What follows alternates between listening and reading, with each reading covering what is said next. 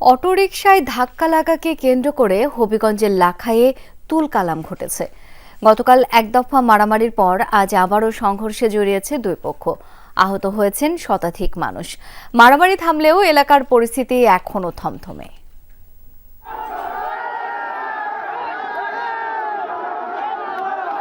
হবিগঞ্জের লাখাই উপজেলার সিংহগ্রাম, পুরো গ্রামই যেন রণক্ষেত্র।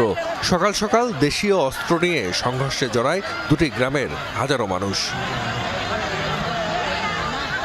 স্থানীয়রা জানায়, সোমবার বুল্লাবাজার থেকে সিংহগ্রামে যাচ্ছিলেন দায়রল এলাকার বাসিন্দা অটোরিকশা চালক আলামিন। পথে মাইঝাটি এলাকায় তৌহিদ মিয়ার গায়ে অটোরিকশার ধাক্কা লাগে।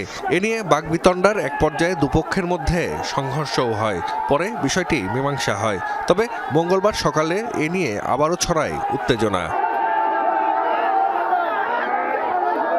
দুপক্ষের মধ্যে সংঘর্ষ চলে ঘণ্টাব্যাপী। পরে পুলিশ গিয়ে পরিস্থিতি নিয়ন্ত্রণে আনে।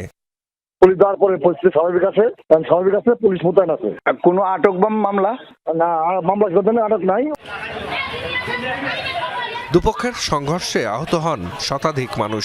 চিকিৎসার জন্য তাদেরকে নেওয়া হয় বিভিন্ন হাসপাতালে। জাহিদ হাসান, যমুনা নিউজ।